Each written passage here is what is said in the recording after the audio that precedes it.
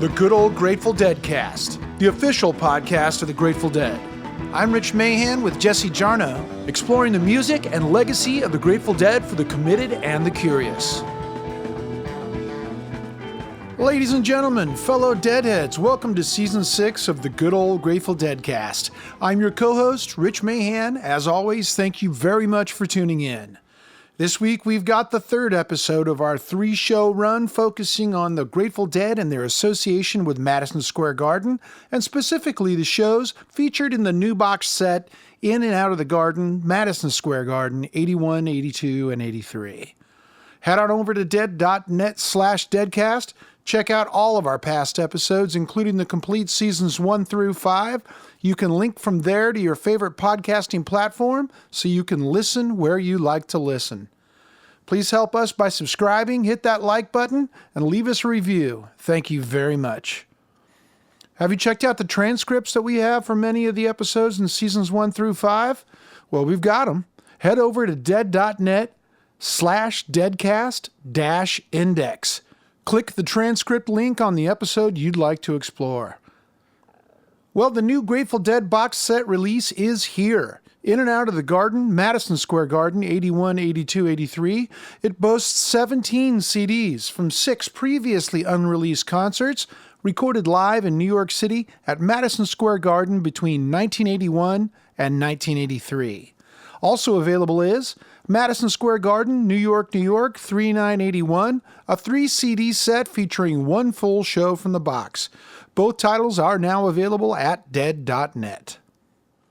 Have you checked out the Grateful Dead server on Discord? Well, download the Discord app on your mobile device or computer and search for the public Grateful Dead server, click the join button, find the Deadcast channel, and chat with fellow heads about the latest episode you just listened to. Jesse and I are on there checking things out, so come say hi. Well, everybody's got their favorite show that they attended, and of course that usually includes some great memories from the show besides the music. So many New York heads caught shows at Madison Square Garden, including many of our guests today, and we get to hear some great stories from them in this episode. In a 3-show run, typically the third show is on a Sunday, and as the saying goes, never miss a Sunday show. With that in mind, let's hand this off to Jesse Jarnow.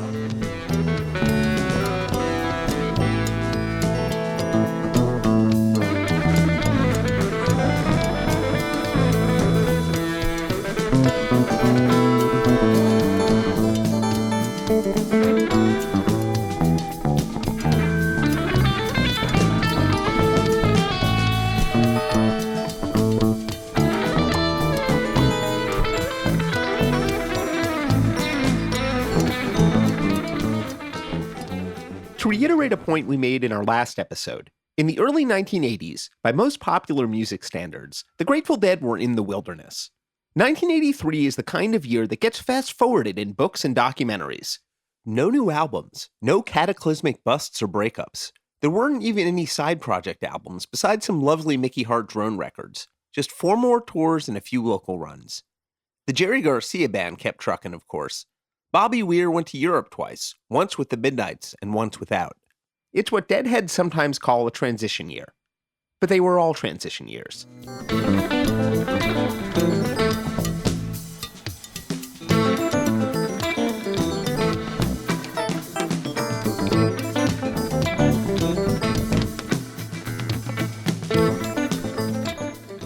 But really, change was absolutely constant with the Grateful Dead, and went way beyond the set lists. It was practically genetic. It's hard to call any period of the Dead's history lost, but there are a number of unusual archaeological artifacts to uncover and consider from 1983. The experimentation iterated at almost every level of the organization, a pattern of motion set in the 1960s, and which continued in ways that might not be obvious. Let's start with one of the most microscopic, but no less symbolic. Grateful Dead archivist and legacy manager David Lemieux. The entire garden box was from Cassette Masters. In the fall of New Year's 1982, the Dead started recording, in addition to analog cassettes, they started recording digitally for the first time. Betamax videotapes. In a Betamax videotape recorder, just like anybody would have at home. On the video track, there was this system called the F1 system, where on the video track of a Betamax tape, you would record digital audio. And then on the analog stereo audio tracks on there, you could also record 2 more tracks. This is what's known as PCM recording, pulse code modulation. It worked with VHS and Betamax. Naturally, the Dead chose the doomed but higher quality Betamax format. So there are a bunch of Dead tapes in the vault from New Year's 82 onward till the late 80s, where we have Betamax videotapes that the video track is digital audio, and the stereo audio track on those tapes is the audience mics in analog. So they're kind of interesting tapes. Some sound pretty good. They generally don't. The mix is the same as what would be on the cassette. They were recording, a split where they'd record a cassette and the beta, but they don't sound very robust. They sound thin. There are a tremendous amount of dropouts. Sometimes new tech doesn't quite pan out, but the Dead were on it. Just one of a million tiny changes happening in their world. Their constantly changing music was merely a reflection of the constantly changing situation around it. For these shows, the only ones that we had beta for were the Garden show, with the 83 shows, and they didn't sound nearly as good as the cassette masters. So we used the cassette on these ones, and they sound fantastic. Full mixes. Fly to the seabirds, scattered like lost words, wheel through the storm and fly.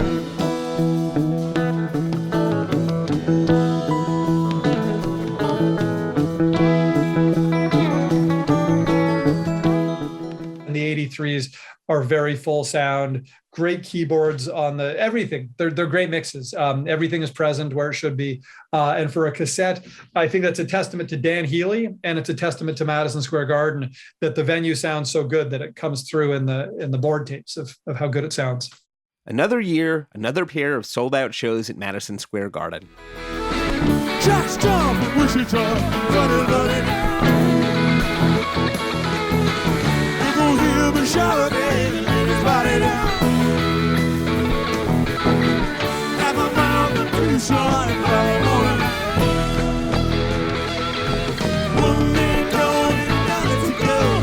My old buddy, you're moving, but too slow. The Dead weren't shifting too many units in 1983, give or take the dependable sales of their deep and accumulated back catalogs. They were a cult band whose members apparently used their downtime to make new age drone records. But that wasn't the point.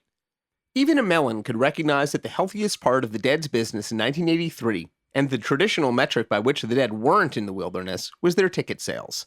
And it was from there, in 1983, that they began to build their own civilization. From Ice Nine Publishing, please welcome Alan Trist.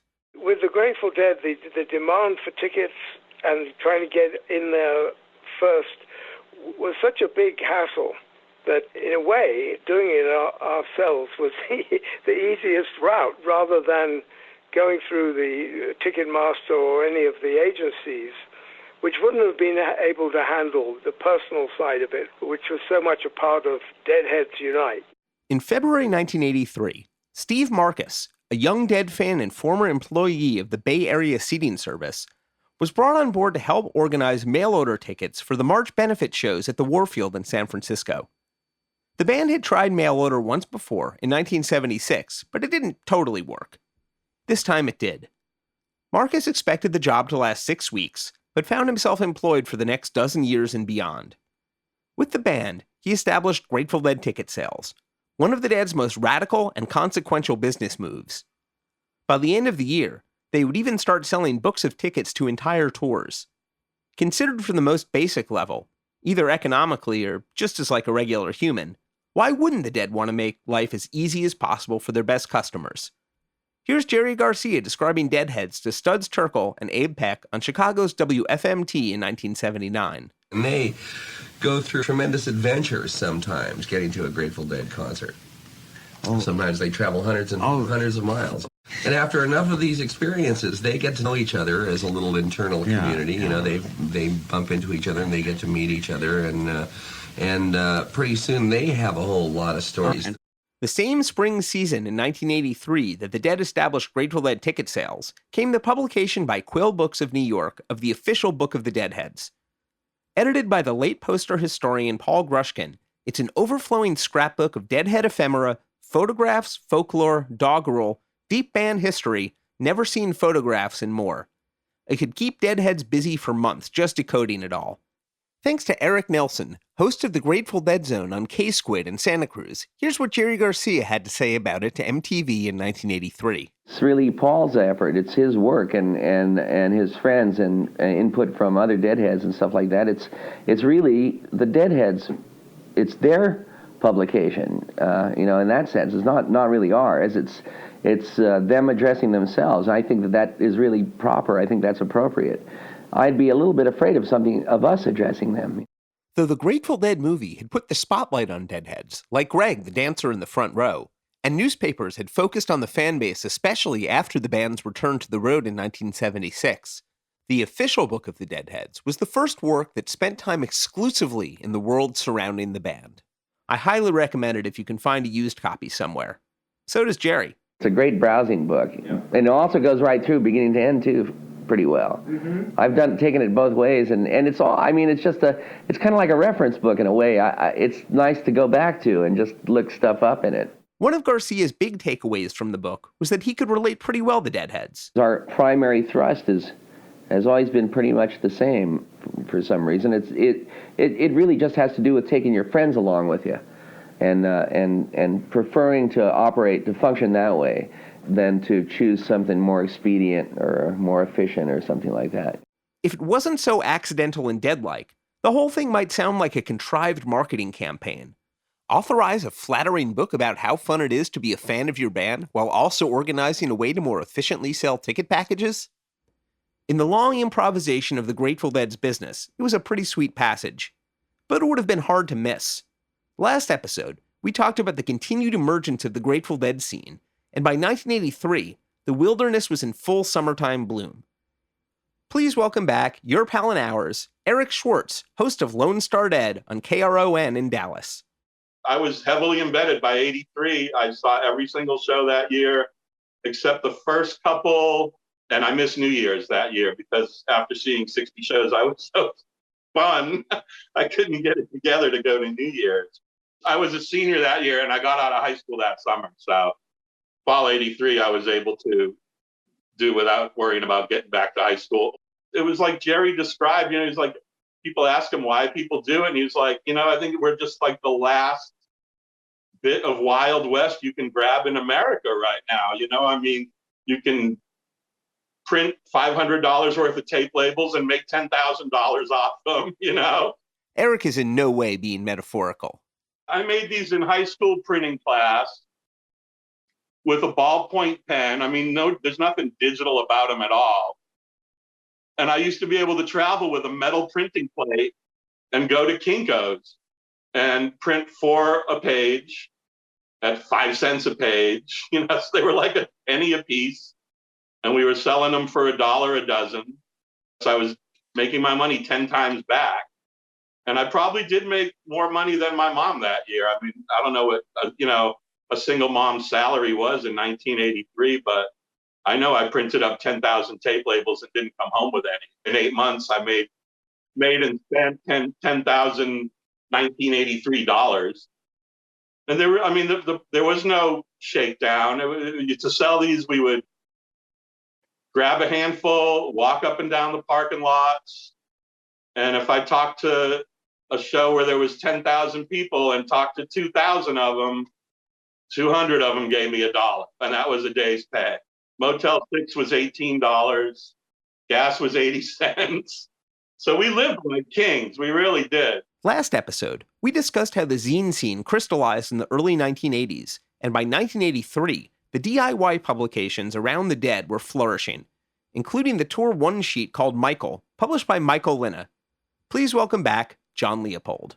In 82, we had discovered this outfit called Laser Beam Graphic, which had done a picture of the Dead on the front and a list of all the shows from the previous year.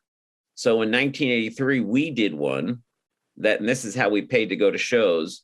Like Eric Schwartz, John and his twin brother Dave graduated from high school that June and went on summer tour. Dave was the Grateful Dead of penmanship, as he was called. At dead.net/deadcast, we've posted a link to their online store for Print Knot, where you can still pick up some of Dave's stunning set list posters. We would have 12 heads in a room saying we would sell our set list pictures. You could sell like 100 of them a night or something. They only cost $1. And that would pay for our ticket, our food, our gas, and our portion of the hotel room. We weren't there trying to like make money. We were just trying to pay for the experience. In 83, we were definitely into, we were part of the community, and handing out stuff for free was happening in lots of different places. Michael was one of those places. So we started handing out these sheets. If you were in New Jersey or Pennsylvania or New York, or you go to a show, you may not know what they played in Las Vegas unless someone showed up with a tape. So these were sheets that we made and handed out. And then for more copies, write to us that's my parents' house, 3600 Green. And then there's little information here. Shadowboxing is a new Bobby tune. Could be called My Brother Esau. By 83, we had definitely met Michael. One of the things that I think was interesting about the time period of the early 80s is it's the formation of new ways of community. And so you start seeing, Michael might have been the first that had mimeograph sheets that had set list on it. That was pretty new. Relics magazine didn't put song list in their issues as far as I can remember. So the idea that people were sort of keeping set lists, and then Michael was handing out these stickers. This was part of the way we got to know Michael and then other heads, right? I mean, you would try to find out what was played, and you'd have to meet people, and then you'd start getting phone calls after the shows. And there was a time when we went off to college and we came home, and my dad said, I can't believe it. One of your friends called at 1:00 in the morning to tell us what they played. And I said, we said, really? And he goes, I don't know what was worse, that they called at 1:00 in the morning or that I wrote it all down. 83 was when we started looking for Michael stickers and seeing him at every show. Every day after the show, we'd run home or run to the car and put our sticker in our book and try to remember the set list. And he started doing the stickers in 83 in the newsletters. And from what I remember, he was like funding his tour by refereeing bridge tournaments, like organizing and getting people to pay for registration fees to play bridge professionally or semi-professionally. And it was just his thing to share. He just was like, I'm going to print stickers up for and I don't know who Ethan was at all. Stickers always said Ethan and Michael. And I don't really know who that was, but it was our goal every show to find Michael, to get a sticker for our tour book and a newsletter, and to see what had happened or what's going to happen. And we knew what was happening because we were there, but just to read about it and see it in print. Michael was part of this ever-growing community of people who were connected, and Michael was a great connector of folks. He had great people skills, and he was deeply committed to the sort of the community. And so as he met people along the way, he would try to link them up, right? And sometimes he would give you stickers to hand out and give you newsletters to hand out. He was just sort of sharing the wealth. And so he told us about this couple in Micronesia, and we would make tapes and we sent them these set list pictures, and we would tell them stories about what was happening at the shows. And they would write us back these really, cool, groovy letters. And it was just like a deadhead pen pal relationship. And then I think I met them at a show. Then there were things like this deadhead directory. This is how you found out where the heads were in the town you were going to when you were going to go see the show. Published out of Natick, Massachusetts for a few years starting in 1983, the Deadheads directory included a polite note that it was not an open invitation for house guests. Eric Schwartz. I was selling shirts for Phil Brown, who, the 3 top Grateful Dead t-shirt artists that didn't use a single bit of Grateful Dead iconography in their work, but were most, was Mikio, Phil Brown, and Ed Donahue. Although Ed kind of turned a few things into his own design. Chris there was Gary Cronin's 58 Grateful Dead songs, the original version before it was 100.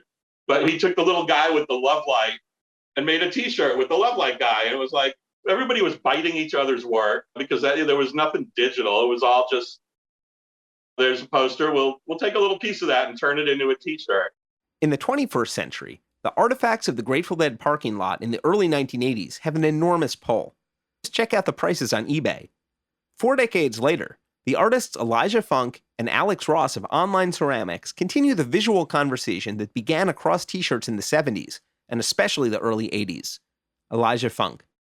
It almost is not only conversational in a way and saying like, I love this thing and like appreciating and honoring something, but it's also functional in the sense, in like a true folk art way where it's like, this serves a purpose to my existence because I'm making and selling this thing in order to get down the road for something that I love so much. So it's almost like the ultimate fan art in a way because it also serves the person that made it back in a strange way. My favorite stuff is obviously designed by someone who doesn't know how to design. And it's like they just created this shirt so they could get to the next show. And they had a friend that had a screen print system and they did their best to make artwork. If you can find a used copy, Rin Tanaka published a wonderful book a number of years ago, the fourth in the My Freedom series, titled 1970s Hippie Fashion and Grateful Dead T-Shirts, which contains a chronological guide to many major parking lot shirts. You won't find Online Ceramics in there, at least until a revised edition comes out. Or a new open source project titled the Deadhead Dress Archive, which aims to document Dead fashion far beyond just t-shirts and is requesting that people send in their photos. We've posted a link at dead.net/deadcast. Though both of the Online Ceramics artists came of age in the post-Garcia years, the music continues to speak to them in the present tense. Alix Ross arrived at the Dead through psychedelics. The Dead understood me in a way that other people didn't. Like the music understood what I was experiencing. And I wasn't around a lot of people. I was tripping alone some of the times. I didn't have like a real community in that world yet. So it's like the Dead was kind of my community, like within psychedelics. And like through that, it like just started to like really seep into my art. Some might argue that the continued presence of psychedelics helps keep the world around the Dead very much active and in the present tense. It's very much alive. You can like go visit your tape collection anytime, and it's 1973, it's 1982. The artwork changes as the time goes on too, because technology is catching up in like whatever way that means, like screen printing technology, computer technology. The early 90s, late 80s stuff like is so sick because people are trying to incorporate computers into the artwork. It takes a turn that like now is visually, it's almost like the MIDI technology in the music. In our Playing Dead episodes, we explored how the Dead's music became a springboard for musicians, in large part because it encouraged constant change. Online Ceramics and others do the same with the Dead's iconography. It never feels like I'm holding reverence to something from the past. It feels like a very active, participatory, exploratory. I am like living in these songs. Like often I will only listen to the Grateful Dead if I'm making shirts about the Grateful Dead. Like I have to exist within it, and it's living in me and I'm living in it. And it's really, I can almost picture the world in which we're going into. Like there's certain shirts that are like Dark Star to me. Like there's certain shirts that are cowboy, like Bobby's cowboy songs to me. And like, I'm not saying it's just that song. I'm saying that the world that's within that song, you can enter through the art. So it's like, it's not visionary art. It wouldn't, you know what I mean? Like, it's not like an Alex Gray thing where I'm like picturing things, but it's a way to participate within the song. And it makes me feel like I'm like an active participant in the Grateful Dead, if that makes sense. Like, I don't feel like I'm like making fan art. I feel like I'm riding along and joining in this thing to whatever like major or minor scale that is. It doesn't really matter. T-shirts and tapes are merely artifacts of an unfolding world. Back in 1983, life was starting to get entertaining in the Dead parking lot. Eric Schwartz. Eric Price and Mark Schreier and Tom Greenleaf, may he rest in peace, were the fire jugglers, fire juggling in the parking lot. That was their hustle.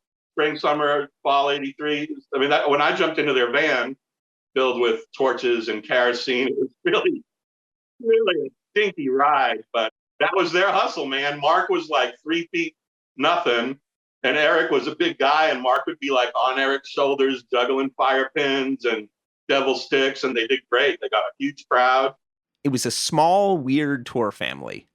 Chris Goodspace, he had a van called the Goodspace van. He was older than us. And thank God for the older people, man. Chris was just an older dude that had a van, had his tour shit together. And we just latched onto him. And we'd all gather after a show and look at a road map and go, all right, we've got 800 miles to go. Let's pick a campsite. We'll all meet there. 90% of the times we all met there. There was a couple of large tour buses. People were turking buses and vans out at that point. You'd see those more like Oregon, like Oregon County Fair type situations. Not as much on the East Coast. Guy named Whitefeather, Wind Dancer. I mean, these were older deadheads Whitefeather started seeing shows in Worcester, Mass in 1969. And by 1983, he'd already had 100 or 2 under his belt, at least, several hundred. So these older people, we kind of took our cues from. Then there was Overthrow magazine, which was like a real radical, yippie kind of publication. And they used to literally publish major oil and gas companies' executives' calling card numbers. Overthrow was published out of 9 Bleecker Street in Manhattan, just across the Bowery and practically in Lugian distance from the legendary punk dive CBGB. 9 Bleecker Street was also the world headquarters of the Yippies, founded on New Year's 1967-1968 by Abby Hoffman, Paul Krasner, Jerry Rubin, and friends. In 1983, the Yippies were still making trouble. It was like, okay, here's a bunch of calling cards that they should work. Next thing you know, you're able to call home on these calling cards. There was a lot of scamming going on, but like I said, we just took the cues from our elders, starting with the Dead, just being pranksters and kind of pranked our way across the country.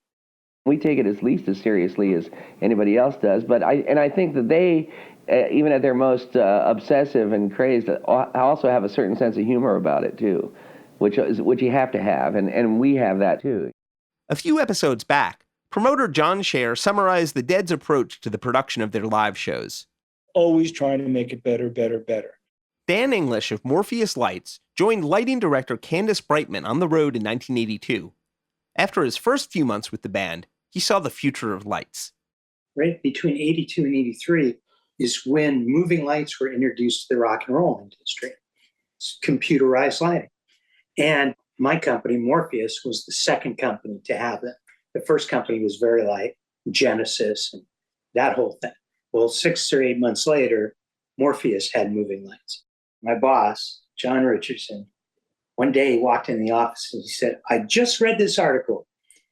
Cats on Broadway has this brand new lighting controller, and it does 100 channels, and 100 channels all laid out on a computer screen, and you can go from cue to cue and have 4 different windows to do these different cues.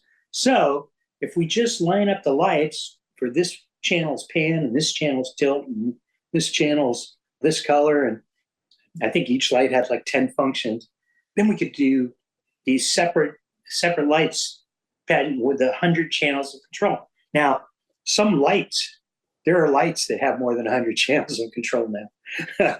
But that was enough to get the thing rolling.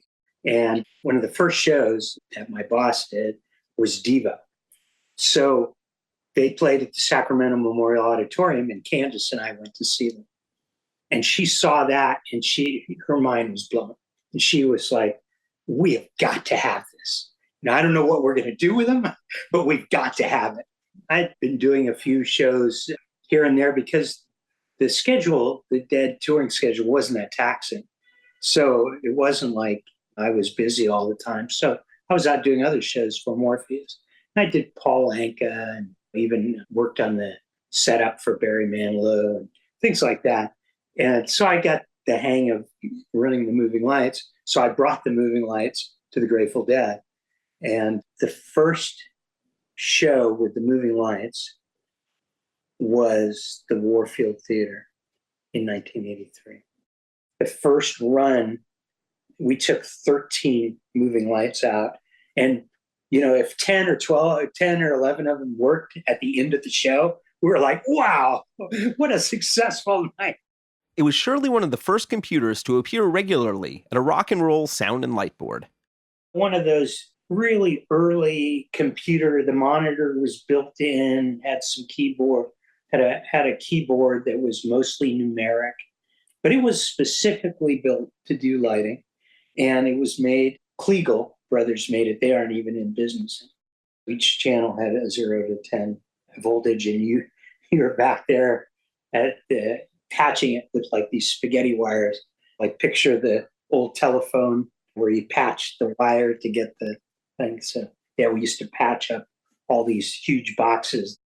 Dan English joined Candace by the soundboard in 1983, working alongside sound engineer Dan Healy. Dan Healy had a very specific distance that he wanted to be from the front of the stage. I want to say it was 90 feet, but it might have been 78 feet, something like that. But it was something they measured every day.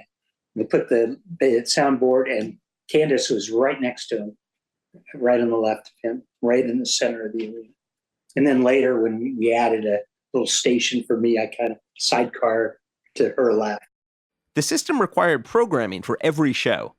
You focused them during the day, and you made all these cues, and then you could replicate them. And Candace and I had sort of a numbering system and different looks for different things, and then different flyouts, stuff like that.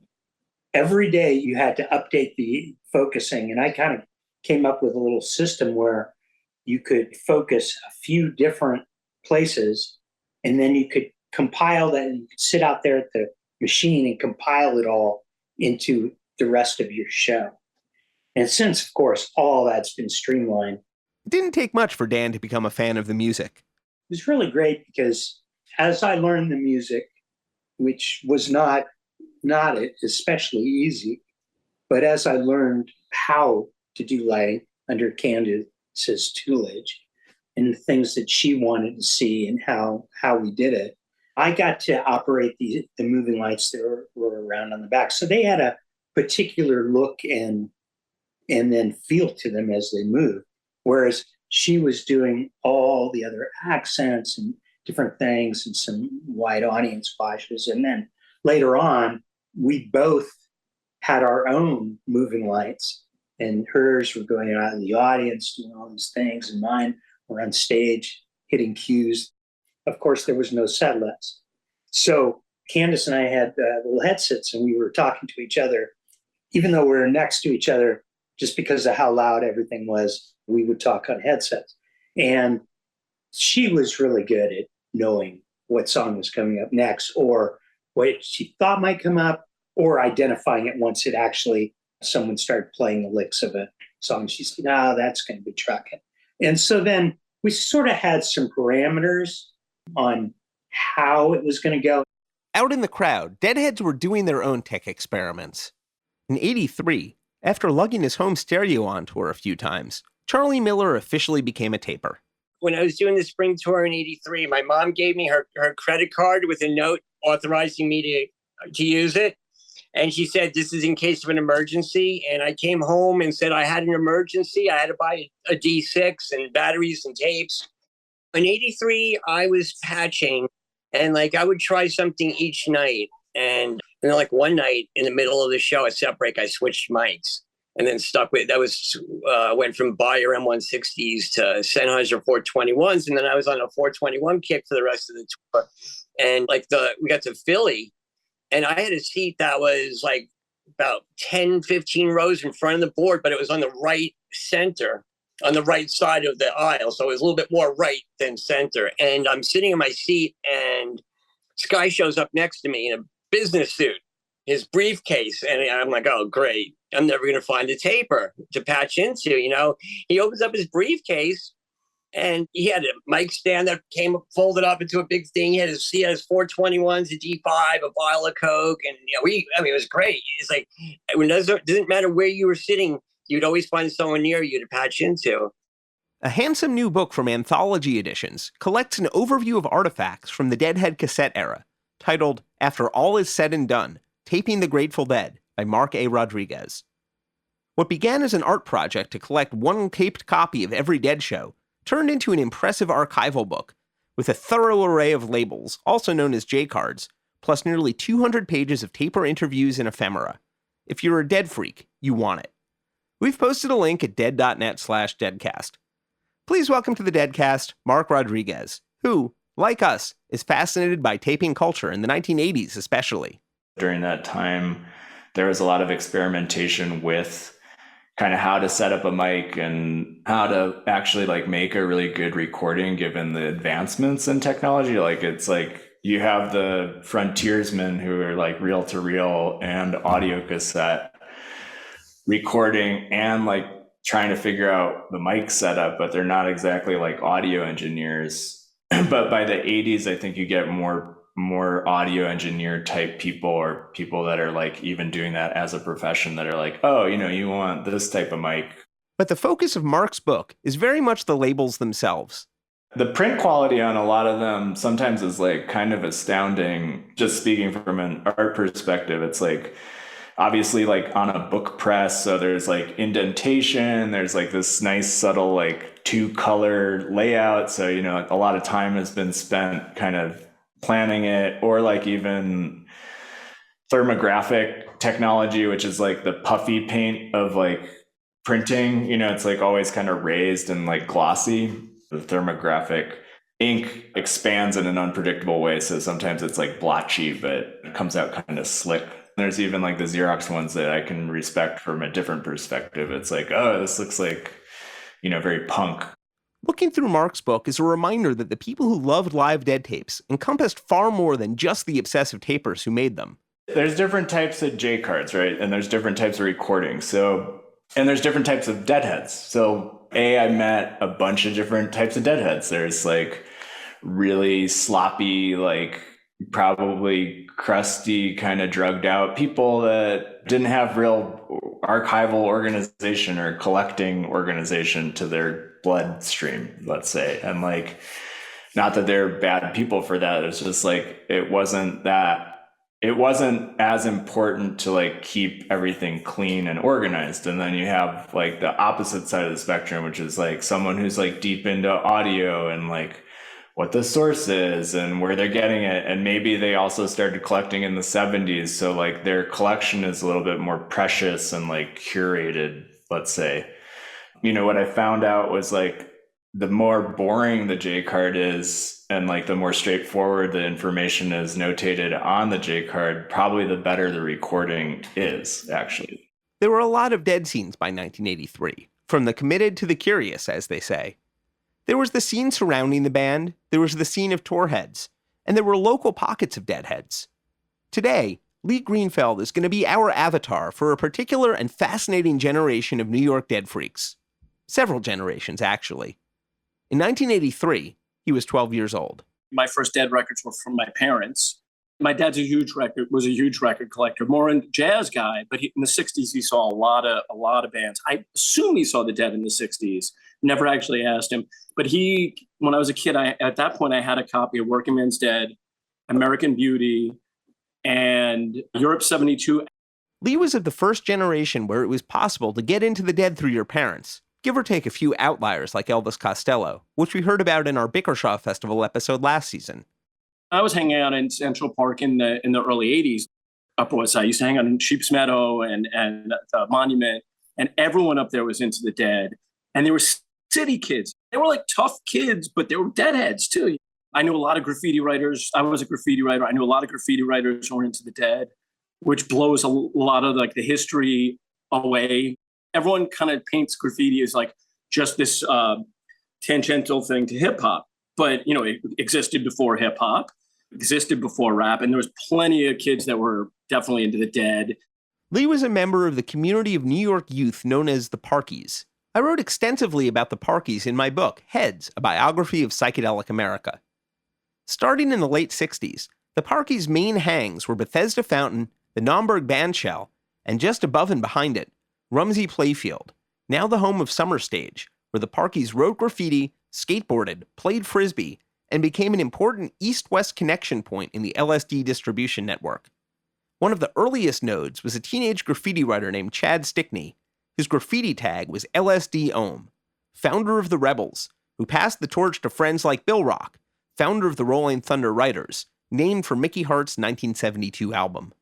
Those guys were fucking legendary. I mean, he's one of my favorites. Chad's like, I mean, his stuff was still around on the Upper West Side also in the early 80s. So I started hanging out on the Upper West Side in like 83, 84, 85. Bill Rock, all the RTW guys were like, they were a big deal. And I loved their art the most too, because outside of what I grew up with, which was the Tags in Brooklyn, because they incorporated a lot of like underground comic artwork in their pieces, and it was psychedelic. Another serious deadhead who came up through the Central Park scene is Johnny Dwork, co-founder of Dupree's Diamond News. In the 70s, he'd found his world with the frisbee players over on Frisbee Hill. Frisbee Hill is this little hill that's a minute's walk from the band shell at Central Park, and also a minute's walk from Bethesda Fountain, which was a really, really vibrant hangout scene in the 1960s. Before it was Summer Stage, it was this weird little area where you had to climb up these steps behind the band shell, and then you got to this beautiful little covered area that was just for sitting, and there was, it was a shade garden that was completely covered by 100-year-old wisteria vines. And of course, in the spring, the entire thing was covered with wisteria blossoms, which was so jaw-droppingly, psychedelically awesome that it was hard to see. It was like not on any main path, like the carriage path, none of the main walkways. It was behind the band shell. And so, like, most people who went through Central Park didn't see it, but the freaks found it. And that's the place where people would go to smoke pot and to sell drugs and to trip and to lie there amidst the wisteria in the spring and sort of have this hidden little world. The cop cars, when they parked in Central Park, you couldn't really see what was going up there. So it's like a world within a world. If you've attended a show at Central Park Summer Stage, that's the area you pass through when you exit the venue through the southwest corner. When I started going to Central Park in the 80s, way after that era, it was still great. Like the vibe in Sheep's Meadow was just so cool because we had kids from every place in New York, including Brooklyn.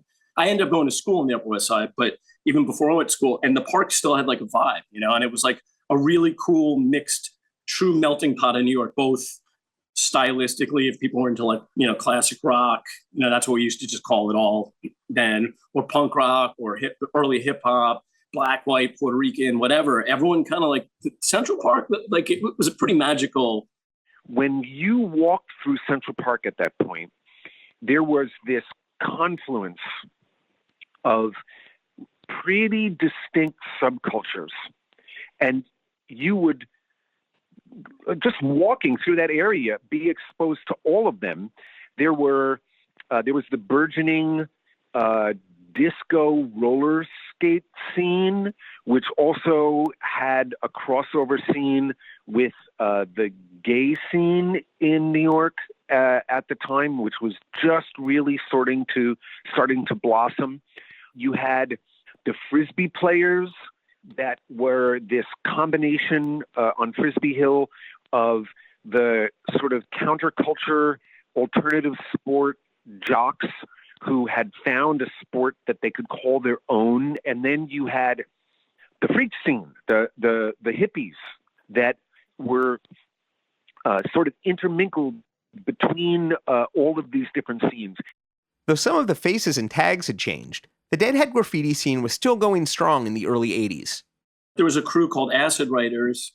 The name right there gives you a clue, which was started by Chris 217. His younger brother wrote Sand, was a good friend of mine. So he was also a Deadhead. His buddy Dyer, who was another one, he was a Deadhead. Like, I mean, these guys would go to the train yards, in the early to mid 80s, dead shirts, long hair. I mean, Sand had like long blonde hair. And he was a graffiti writer, and he got up. Like, he was a very famous writer at the time. Those guys on the Upper West Side were all into the Dead.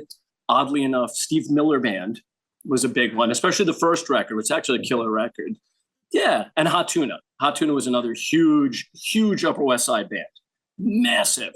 There's this guy I knew in Spanish Harlem, actually, on 96th Street. this guy, Willie, who's also a graffiti writer, who's also a deadhead, who unfortunately died one of my earliest friends who died drug related. He had like tons of dead tapes. And so he would like let me just come over there and like we'd smoke weed and I'd just dupe tapes from him. And just like New York was home to young deadheads, it was home to young professional deadheads. Eric Pooley is about 10 years older than Lee. At the time of the March 1981 episodes, he'd just graduated from college, and in 1983, he'd moved to New York and gotten a pretty perfect entry-level gig in New York media. I got a job as a freelance fact checker at New York Magazine and moved into town.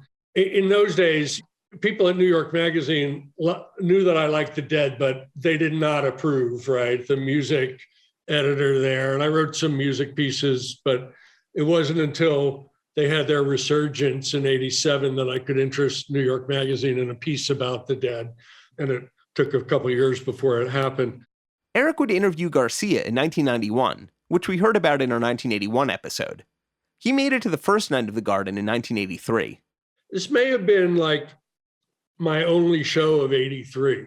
My relationship with the Dead really changed because they were like an oasis of beauty and peace in this city that I was working my ass off in and making no money and struggling to survive, the whole New York City trip.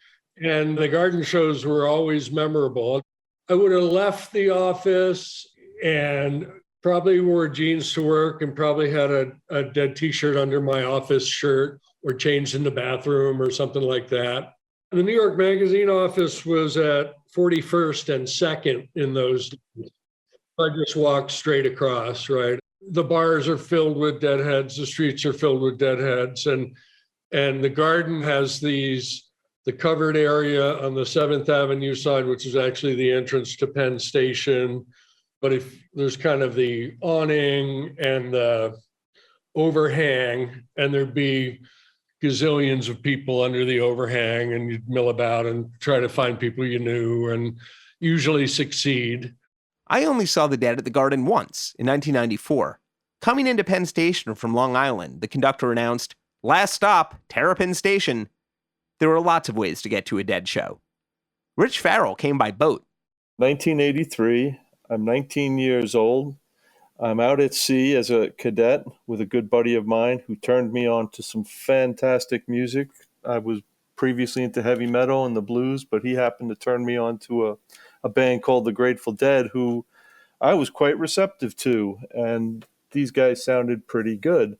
And we were just young guys having the time of our life in the Mediterranean Ocean at various ports of call. And when we reached Italy, it was the last stop, and we called home and found out that we were going to miss Grateful Dead at Madison Square Garden by probably 2 days.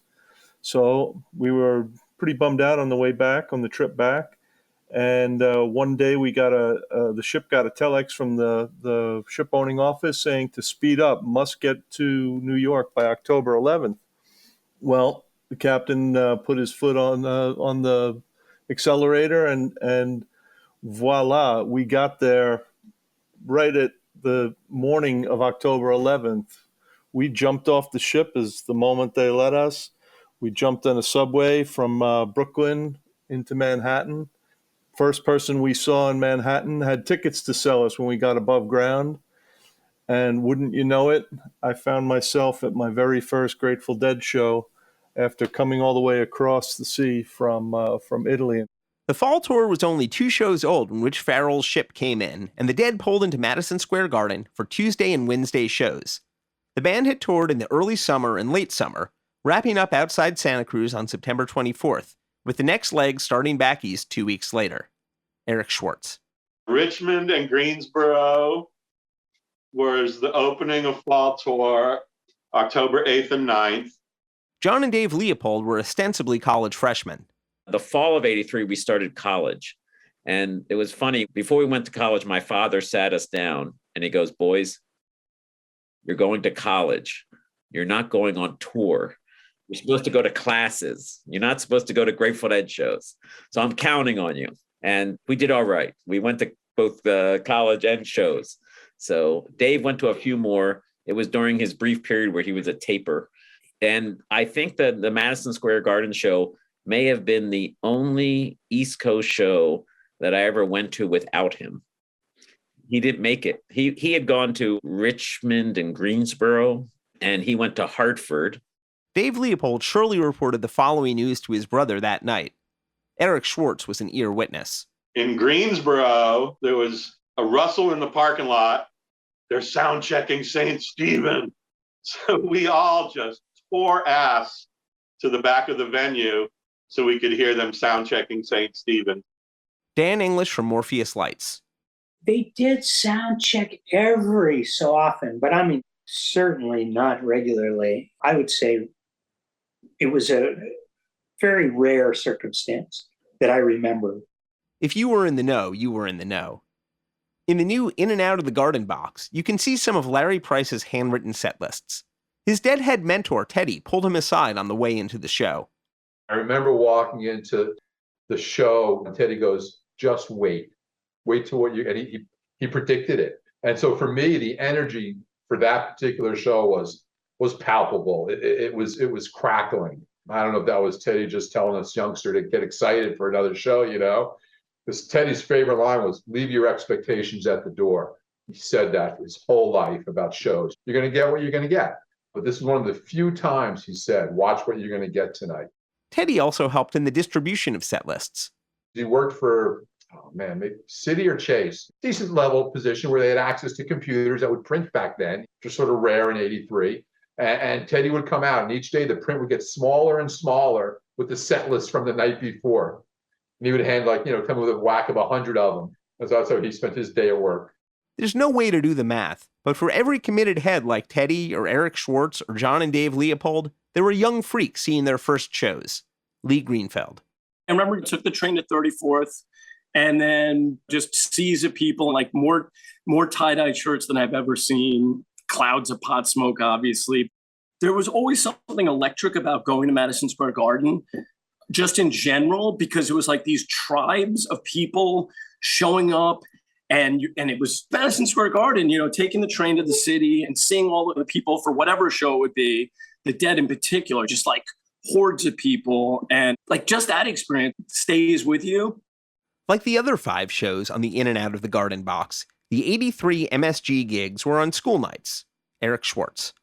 There wasn't any shakedown street to begin with, so we did the same thing. We walked around with our stuff, tried to sell our gear. There's no denying you're in New York City when you walk out the door in the morning and put your foot on the ground. It's just the world goes by just that much faster, and it's happening that much more intense. Eric Pooley. The garden was extraordinary in all kinds of ways. Your parking lot was the streets of the West Side, Midtown. And those were the years before there was a kind of a formal shakedown, but the lot was in the West 30s, and everybody was in the streets along with the scalpers and the cops on horseback who could be kind of scary. Promoter John Scher. The New York City cops, who I'm a fan of, are pretty good keeping people moving outside the garden. I'm sure there were probably a few thousand people always outside, but the New York City police kept them moving. So they were walking around, they weren't gathering in one big group. So it all worked fine. I was very sensitive about security, both to make sure there were no problems and to make sure that the security guards, which worked for the garden, we had no control over, were being kind and gentle. We controlled the backstage security. Basically, our security crew from the Capitol did that, so they knew how to behave and what to do. Folks would be petting the horses, and I can remember cops chasing people. I never got chased, but it was always a little tense trying to get into the garden. You have to contend with this city to get inside where it's safe. And there were people around preying on the deadheads. In 1981, Eric Pooley had easily scored a ticket outside. He didn't have the same luck in '83. So trusting. I hand him my money before he hands me the ticket, and then he takes off running. I'm like chasing him through a department store across 7th Avenue from the garden, and he like escapes out the other doorway, and I'm standing on the street and someone takes pity on me and gives me a nosebleed or sells me a nosebleed ticket for cheap. The Dead's big opener at the Garden in '83 was a song that was new to the band's repertoire since their last pass through town. And though it didn't have the big thump of Shakedown Street, it was still a party invitation. Tonight we'll fetch a ball. We'll go to the Union Hall. We're gonna rum show till midnight. We're gonna fuss and fight till daylight. We're gonna pitch a wang dang doodle all night long. David Lemieux.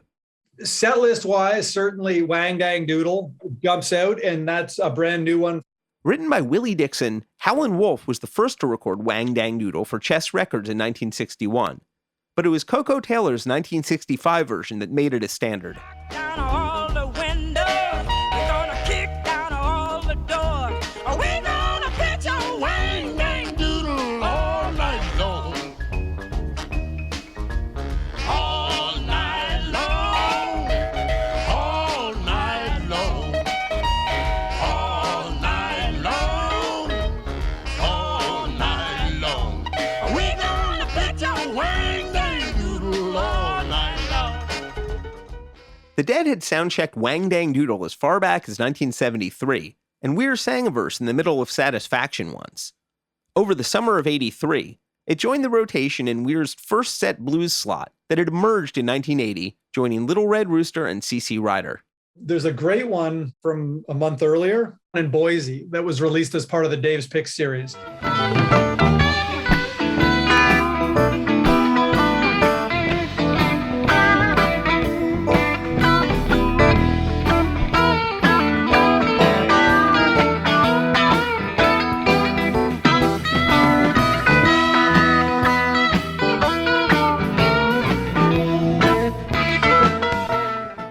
Lee Greenfeld. I ended up going to the Dead with my mom and my uncle. That's who took me because I would have been 12. I saw Maiden with a childhood friend of mine, and his older brother took us as the chaperone. But his mom, who was somewhat religious, allowed us to go to the show. When she heard the name of the Grateful Dead, we had tickets. She didn't let us go to the show. She wouldn't let them go to the show, which is hysterical. Iron Maiden was okay, but the Dead was not. And it had to just because of the skull logo and the name. So I went with my mom and my uncle. It was New York in the 80s, so it was still, it wasn't all like the cliche of what you expected at a Dead show, but it was definitely a more mild crowd than Iron Maiden. I do remember clouds of pot smoke, which was amazing and making me very jealous at the time because I was with my mom. I was 12. It was I was smoking pot at 12, but I wasn't like smoking pot with my mom there. I remember the dancing. I don't remember where I sat, but pretty far back. And the dancing was pretty incredible and very I was a city kid. I was like a Brooklyn kid, but I also was obsessed with like 60s counterculture stuff, but I wasn't a hippie kid. It was just kind of like, I almost watched the people more than the show. Probably my seats weren't great either, so that kind of helped. The core of the first set was made of songs from the 1971-1972 era of the band, including the always special Bird song. Sleep in the stars. Don't you cry. Dry your eyes on the wind. La la la la.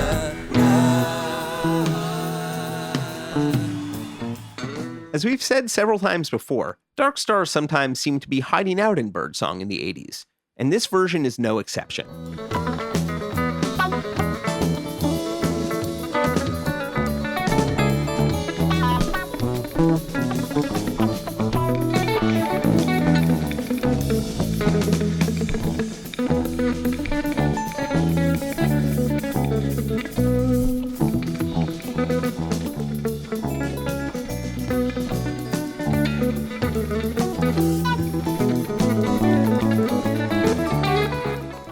Over the course of the 2 nights at the Garden in 1983, the band played 5 new or newish songs, yet unrecorded. A few they played last time through, but not all. The new songs, the Day Jobs and Touch of Grays and West LAs and Throwing Stones, they're very much more developed in 83.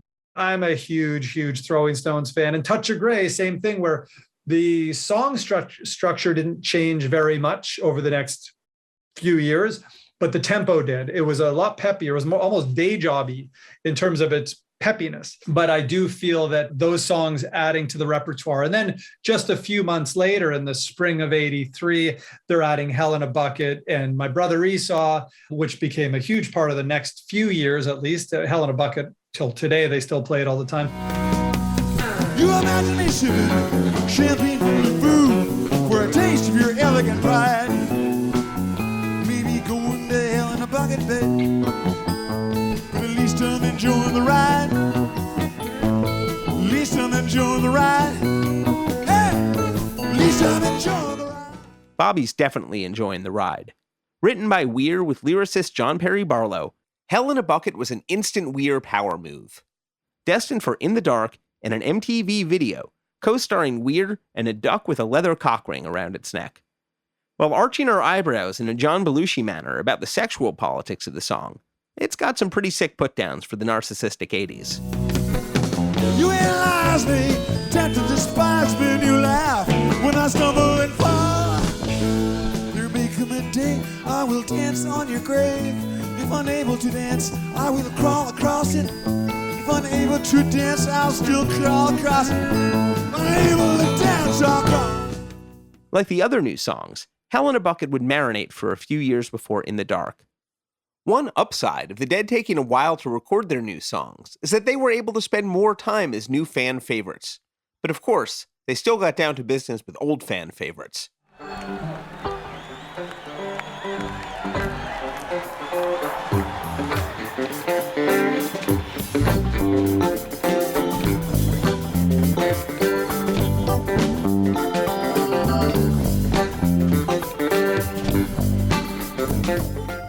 Dan English of Morpheus Lights.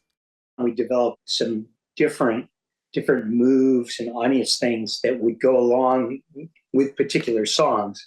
Like when they started China Cat, I had a little thing where the lights slowly sort of went off into the audience, usually in red, but it would just depend on maybe what Candace had on stage at the time. And, so there'd be different things that were similar, but we never had a set thing.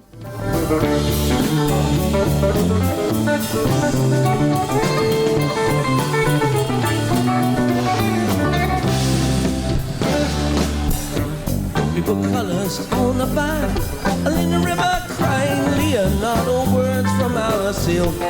Trombone, rain, silent bell, beneath the shower of pearls and eagle, wing palace of the queen.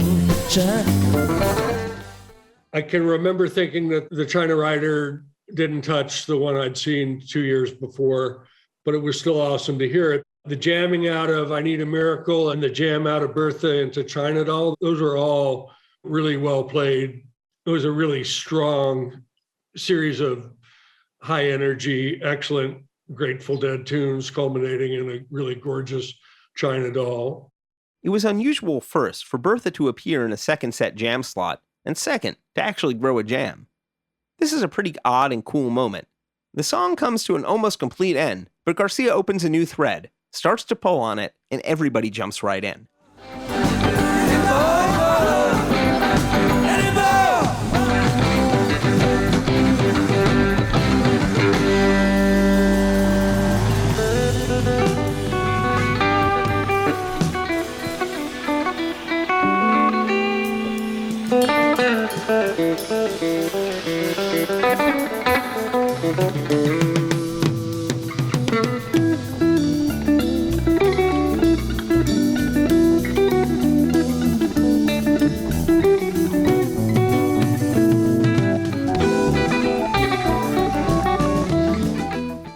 It's not even 4 minutes, but it's a richly developed open space. And it was even more unusual these days for one Jerry Garcia song to fall right into another, but nobody was arguing.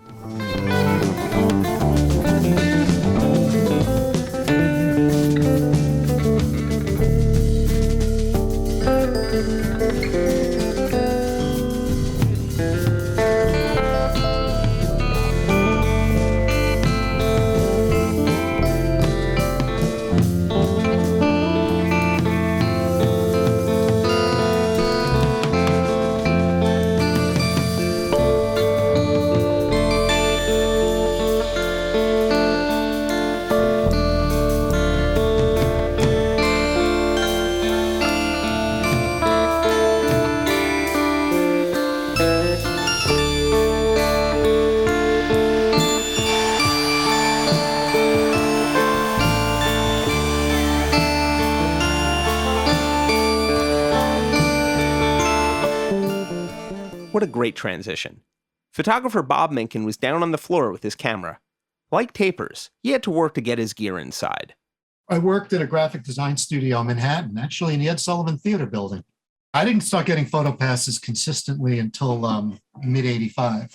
Luckily, the camera came apart. You had the lens component and the body component. The body was much smaller than the telephoto lens, obviously. So telephoto lens, you pack down and be like, hey, you're just happy to see me? And the body, you could kind of stick into your waistband and have your shirt over it or something like that. And then you had to be sometimes careful inside. If I was bringing my camera to a show, I would do everything I could to try to get up close. And if it was a show with seated tickets, you try to work your way up and find that empty seat or have a friend switch with you who had a better seat. It was a whole operation. Who had the good seats? Or if it was GA, you have to try to get there really early, put in the time to wait, and then try to edge your way up even closer. I had wormed my way up kind of close earlier to that. But during the drums, I guess, because they did China Doll, then drums.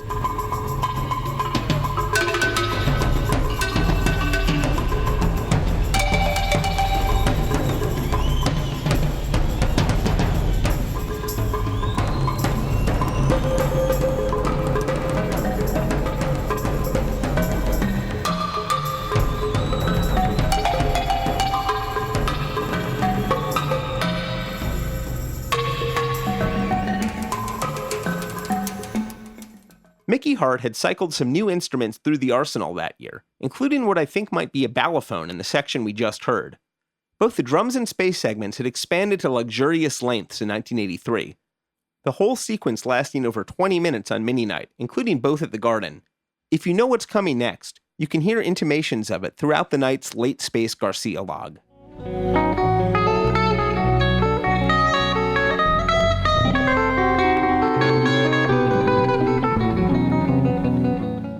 Charlie Miller had heard the rumors, but wasn't believing them.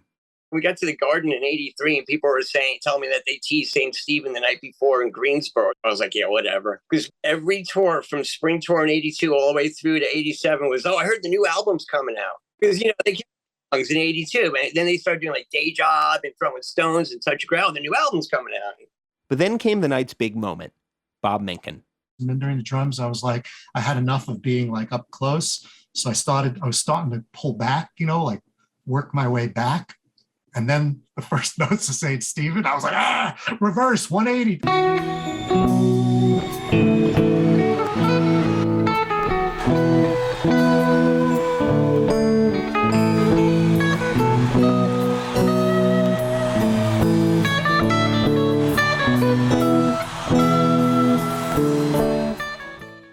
Debuted in 1968, and instantly one of the Dead's most beloved songs, St. Stephen dropped from the band's repertoire in 1971, returned in 1976, and disappeared again in January 1979, the day after the band's Garden debut. It was just short of 5 years since the last version. We certainly don't have any definitive answer as to why the Dead brought St. Stephen back when they did, whatever your dentist's dealer might have said. It could just be because they were playing the Garden, and there's pretty much a reference to it right there in the first line of the song. St. Stephen in the road, in and out of the garden he goes. Country garden in the wind and the rain, wherever he goes the people all complain.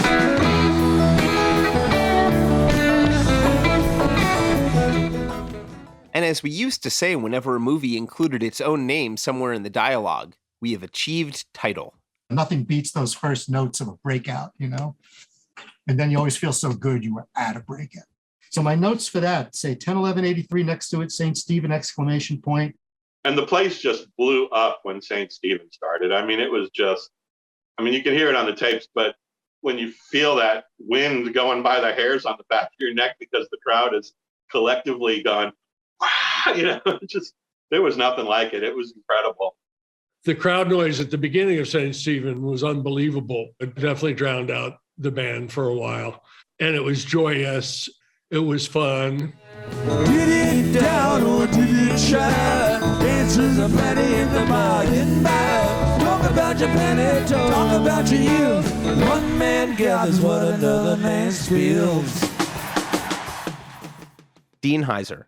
From the first note, the fans went bonkers and raised the roof and energy level on the garden to which I've never experienced it since.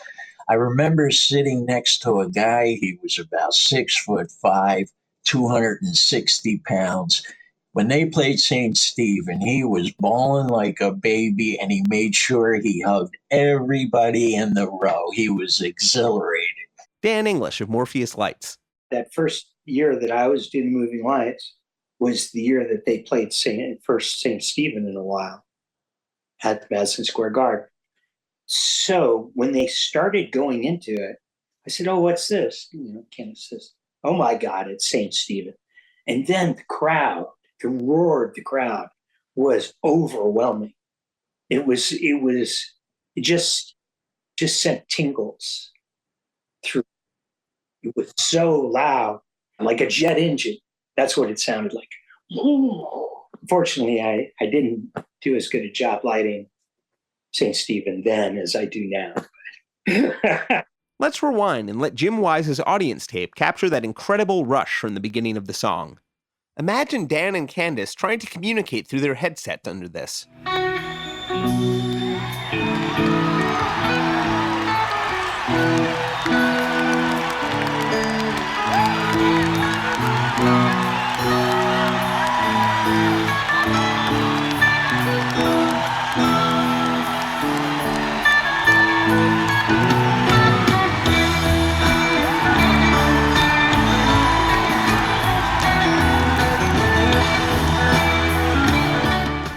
The excitement even made it to taper Jim Wise, who was very busy at the time making his tape of the show. In '83, I was probably more back at the board and on a stand, and those were different mics, and only for one night. I don't know why. This was the most important thing to me at the time. Just going to these shows and making the recordings was everything. My entire life revolved around it for quite a while. It was just really, really all encompassing. Getting that, I didn't even get to enjoy the show until I got home and started listening to it.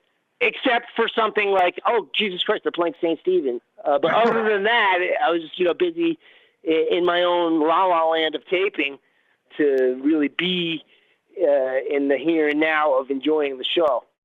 All I can remember about that show is the brightness and the vibrancy of it and the incredible excitement of the fact that they were playing St. Stephen in New York. See, anything that they would do in New York and at the Garden had a little bit of an extra zest and an extra boost to it. St. Stephen will remain, all the lives he shall regain. Seashore washed by the mud and the fall. Here so long he's got to calling it home. It was a powerful version. And if I had to list great moments of Grateful Dead in my life, that was certainly one of them. It was anticipated and appreciated by everybody, and we just couldn't believe it.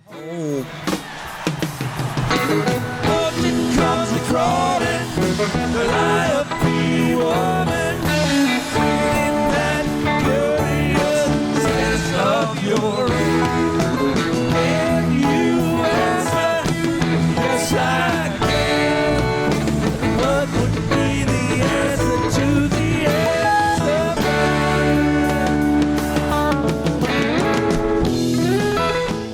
They didn't go into the 11, but St. Stephen was back. Jim Wise's tapes would circulate quickly, but not as quickly as the news. Out west, phones started ringing. Mary Eisenhart was a Bay Area head. It was during when the Dinosaurs were playing. And they were playing a show at Wolfgang's. And at the set break, we were all down in the basement on the payphones because on the East Coast, they had just brought St. Stephen out of mothballs. And there were people, this is all pre-cell phone, pre-anything. And we're going, they played what? Yeah. But that's how it was. I mean, people on the East Coast called you at a payphone in the basement of Wolfgang's to tell you that they were playing St. Stephen. Corry Arnold is the proprietor of the sites Lost Live Dead, Hooterolin, and other projects. I started dating my wife in spring '83. Not very many people knew. I mean, my family knew and my friends knew, but it was a big thing. And she knew I liked the Grateful Dead, but didn't really approve, but whatever. And we're at her house, and I was still at the level where, other than like maybe my sister, nobody has my girlfriend's phone number, right? You know, we're not that far yet, right? And her phone rings, and she says, "It's for you," which is like unheard of. And it was my friend calling from the lobby of Madison Square Garden to tell me they played St. Stephen's. He shouted at the top of his lungs, "They played St. Stephen's!" so loud my wife could hear it. And then, he hung up, and she said, "What was that?" And I explained, I said, "That was Bobby calling from the Madison Square Garden to tell me the Dead played St. Stephen's." She's like, "Okay." I said, "I got to call Josh," who was our mutual friend. And I called him, and his line was busy because Bobby had called him next. And my wife was like, "Who are these people?" To answer Corry's future wife's question, people like Corry and his East Coast friend Bobby were the energy cores of the Grateful Dead Information Network in 1983, and at the center of the diffuse and ongoing research efforts of deadologists that would soon fall together in works like Deadbase. He was like the most connected guy, a real hustler. And I mean hustler in a nice way, but in terms of finding tickets or knowing about shows, or he was like way ahead with primitive technology. He bought every copy of the Village Voice in some flea market. And one time I visited New York, we spent the whole weekend looking through them and stumbled across the Feb 1270 Unganos ad. So this is like doing archaeology with a spoon. The mysterious ad for the February 1970 Dead show at the Upper West Side Club Unganos, a show they probably didn't play, and one of the biggest rabbit holes in Lost Live Dead history. We've posted a link at dead.net/deadcast. In the age before social media, Corry and his friends were part of a small self-created social network, as he realized when he visited New York. I bet something like this has happened to other listeners. We were sitting in Yankee Stadium, the three of us, talking about weirdos that we knew had met in Dead shows.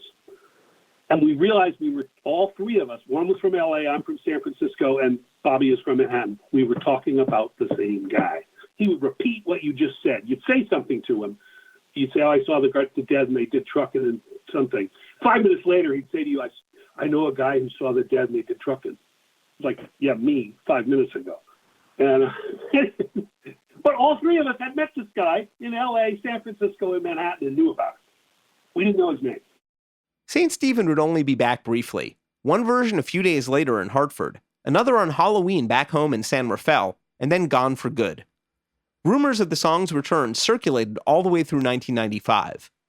Information exchange and information hunting were just as important to the Dead world as tapes, hoping to see that elusive song on the set list. David Lemieux. There were tapers. There were the people who were like set list freaks who wrote down everything. They were just as diligent as we are. I would be so desperate, eager to get the set lists. And there was no internet. I'm talking 87, 88, that the show would end. And my friends knew, I lived with my mom. So they knew not to call me at 1 a.m, crazed, and you wake my house up and say, "Oh my God, they did Dark Star," whatever. So they knew not to do that. So I had no other way to find out. So if I didn't know anybody specifically at a show or know what hotel they were staying at, a couple of times, and I remember doing this at the Spectrum because I knew the hotel, friends had stayed there before. Right in the parking lot, there was either Sheraton or a Hilton at the Spectrum. And I remember calling a couple of times that hotel and getting the front desk on about midnight. And I said, "Hey, are there Deadheads in your lobby?" He goes, "Oh yeah, they're everywhere." I said, "Could you put one on?" He goes, "Well, who are you looking for?" I said, "It doesn't matter. Just put any Deadhead on." And they'd say, "Okay, hold on a second." And I got this to work 2 or 3 times. And they'd pass the phone to some random Deadhead who'd be like, "Hello, is it my mom?" And so I'd say, "Hey, I'm calling from Canada."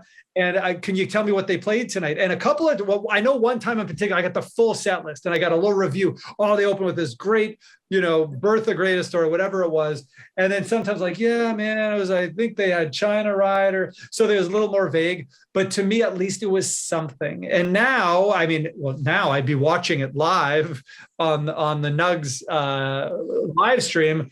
Eric Schwartz. It wasn't uncommon to see a payphone off the hook, where people would just call their friends and let them listen to the hallway, but it wasn't uncommon at all, especially with those calling cards. I had a friend at the Garden in '88 when they did the 2-week run, culminating with the Rainforest show. A friend of mine, Pat Crosley, somehow, I have no idea how he did this, but he went to the 2 weeks of shows with no tickets, got into every show, but he somehow got his way into a private box at the Garden, one of the VIP boxes. And I'll never forget this. He did call my house about 10 at night. I don't remember which show it was. They did Morning Dew twice in that run, I think. It was the second one.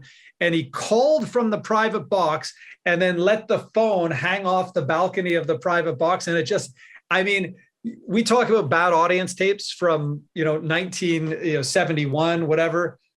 I have never heard audio quality so bad. I could just make out what song it was. And the thought occurred to me for a split second to run and get something to record this through the telephone.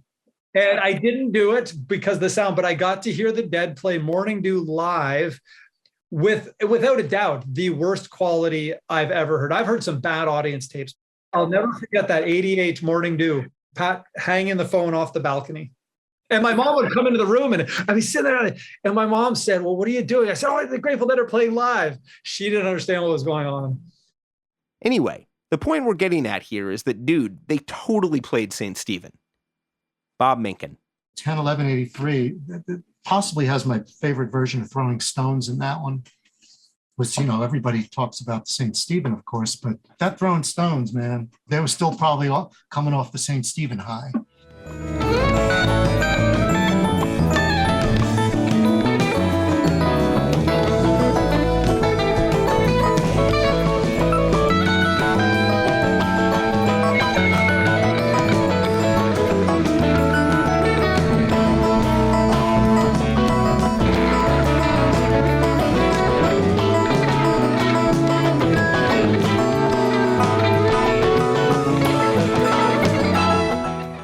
Throwing Stones was, I don't know if it was the first time I'd heard it, but it was new-ish to me.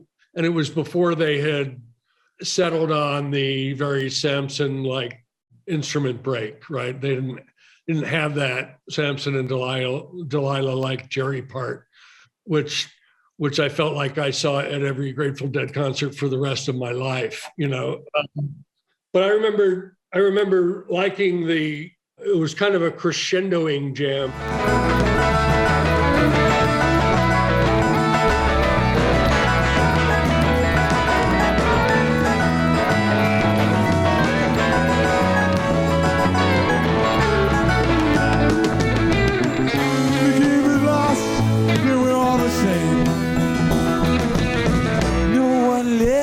Place to take the blame. Will we leave this place and have to stow with that shiny ball of blue? I'm a huge fan of Throwing Stones, you might have noticed. By 83, it's already a 10 or 11 minute song because they're stretching it out. They're realizing where they can jam, the vocal power at the end. On the way out, somebody talking about the Stephen, everybody was talking about the Stephen breakout. And I said, that Throwing Stones was pretty good too. And they looked at me like I was a little crazy. Eric Schwartz. We might have stayed on Long Island because there was that faction. I can't imagine we got a hotel in the city. So I'm sure we stayed at a local Long Island head's house. I'm almost positive. The new lighting crew had recently updated their quarters, as Dan English remembers. When I first got there, I thought that they didn't have any respect for us lower echelon kind of guys. Because the promoter would stick us in these funky hotels, and sometimes we'd get hung up on our transportation of the gig. But then I realized it wasn't about that. They had a very nonchalant way of dealing with things. And So one day, Don Pearson, who was the head of the sound company that worked with Healy, just said, well, what? You're not booking your own hotels and billing them after? We always stay at the Ritz with them. And I'm like, oh, God. After that, we were at the Ritz, too. And that was actually only because the Dead had some connection to the Ritz-Carlton chain or something, and they were getting their rooms at like next to nothing or something. But yeah, after that, we were at the band's hotels with the band. But as low-key as the Dead scene was in 82 compared to the rest of the world, it could still be a crazy bubble, especially in New York. I know at the Garden, every one of those passes must have been given out, because when you walk backstage there were more people there, it felt like, than there were out front. You're like, and anyone who was anyone, was there, from politicians to rock stars to you name it. But they didn't get up on stage, because to get up on stage, there was only ever one set of steps. And that one set of steps went right up by Robbie Taylor, Kid Candelario, and Steve Barish. And if you went up those steps, you better have a really good reason to be there. And the three of them would have to appreciate the fact that you were there. One time Robbie was putting all the Grateful Dead passes in order or something in his road box, and I saw huge stacks of these Backstage passes for each show. I went, whoa, that's a lot of passes. He said, yeah. I said, well, how do you control that? And he said, well, look, there's 500 Backstage passes printed for each show. And after they've been given out, there's no more. We've discussed how the Dead's touring was sometimes adjacent to other events, like the Summer Rainbow Gatherings. The band's October 1983 shows at Madison Square Garden intersected with a different annual rite, the Audio Engineering Society Conference. Attending that year were John and Helen Meyer, proprietors of Meyer Sound. Last episode, we heard about how the Dead had begun to use a crystalline new Meyer sound system on the road in the fall of 82. They had it with them in 83 as well. When they were at Madison Square Garden, they had a whole system at Madison Square Garden, and they let us use it for a demo for AES. We brought a whole bunch of customers to Madison Square Garden in the afternoon, and we turned on the whole system, and we did this amazing demo for everyone. We were working on with Stanford University. We were working on CDs that are just coming out. And we wanted to do a test record because Sony agreed, along with everything, Philips, they all agreed that they wouldn't put any square waves on CDs because of the time smear of the aliasing filters and stuff like that. I go, well, let's do a CD ourselves. We'll publish it and we'll put a square wave on it. I mean, this is outrageous. That square waves can be fixed. I mean, they're just being lazy, because, it's like, so we'll put a square wave on it. We'll put some noises. We'll make it. But what I'd like to do is record something that goes very, very, very quiet and build it up to, say, and we talked about, and they decided what they would do is they would do a cricket field that's near an airport.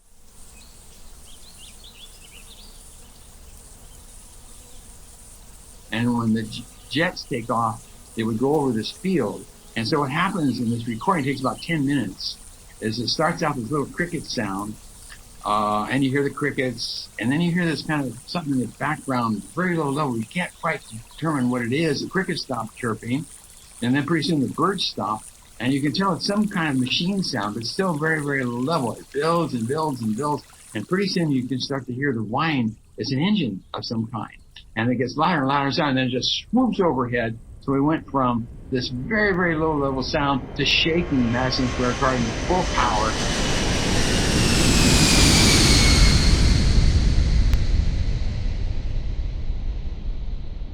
Everyone ducked when the whole thing went over, the sound went over their head. And I said, this is what digital can bring us if it's done well. I mean, you cannot do this analog. And that was Dan Healy who gave us the permission to do that. The relationship between the Dead and Meyer Sound was only just beginning. The engineers cleared out in time for the show that night. John Leopold. I missed the first show because my mother who was, I love my mother, but she made an unexpected trip. She told us a couple of weeks beforehand that she was going to be in the area and she was going to come to Pittsburgh. And so had to be there for that. I was very disappointed to hear that they played the St. Stephen on the show I didn't go to. But the show I did go to was amazing. It was a different age of commercial air travel. Bob Minkin. We had cars and, we had a little bit of money and we were able to travel to shows, especially when People's Express started, that low-cost airline.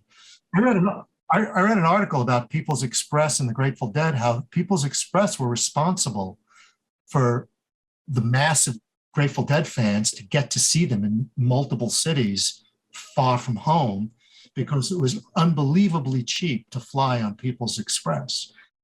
That was probably Corry Arnold's piece, The Grateful Dead and the Airline Deregulation Act of 1978, which we've linked to at dead.net/deadcast. I remember going down to Norfolk, Virginia in 82, and it was like $17 to fly there.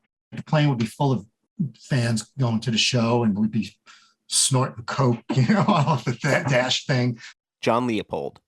I knew how to get from Newark to the show. I took the bus in, and I think it let you off really close to Penn Station. So we were right there, basically.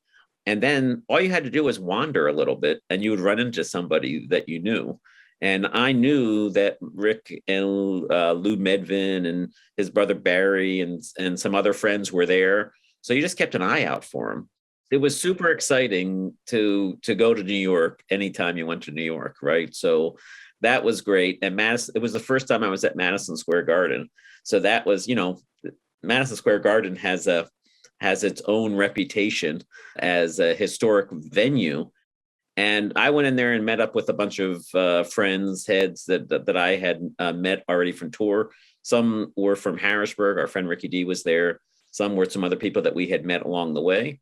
The New York crowd was incredibly excited. And of course, because of the St. Stephen the night before, there was a great anticipation. And the set was fantastic. Well, I married me a wife. She's been trouble all my life. Run me out in the cold rain and snow. Rain and snow.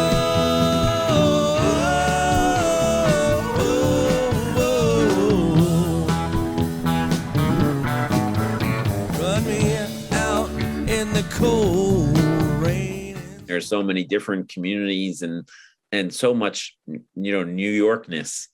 But when you came to the Garden for a Dead show, it was the Dead. It was the Deadhead community. It really felt different because you were among your people, and it felt incredibly relaxed. And you saw so many familiar faces. And if there were cops around or people hassling, there was always a great group of people who you could be with. You didn't feel alone when you were a Dead crowd in New York City. And so that was really fun. And as for someone like me, I'm a twin. I shared the womb. I was going to the same college with my twin brother. We had seen up to that point, up to 83, we had seen every Dead show together. So 83 was the first time that we were trying things on our own. So he went to a couple Dead shows. I went to this show without him. That was a pretty new experience for me. And so to be among friends and feeling totally comfortable being 18 in New York City, that was a great experience. Out in the cold rain. Run me out in the cold rain and snow. Run me out in the cold rain and snow. Run me out in the cold. I remember where we were for the show, and my tape at the time, the way I wrote the first set was Cold Rain and Phil, Mingle Phil, Ramble on Phil. I just thought Phil was just very present.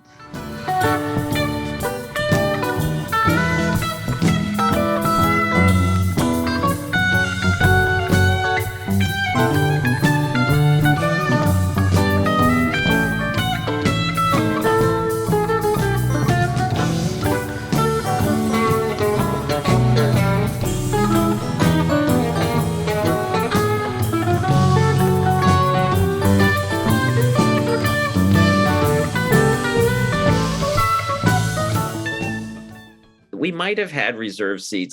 We never sat in our seats. We never had really good seats to begin with at that point. And so we would go someplace where we could dance.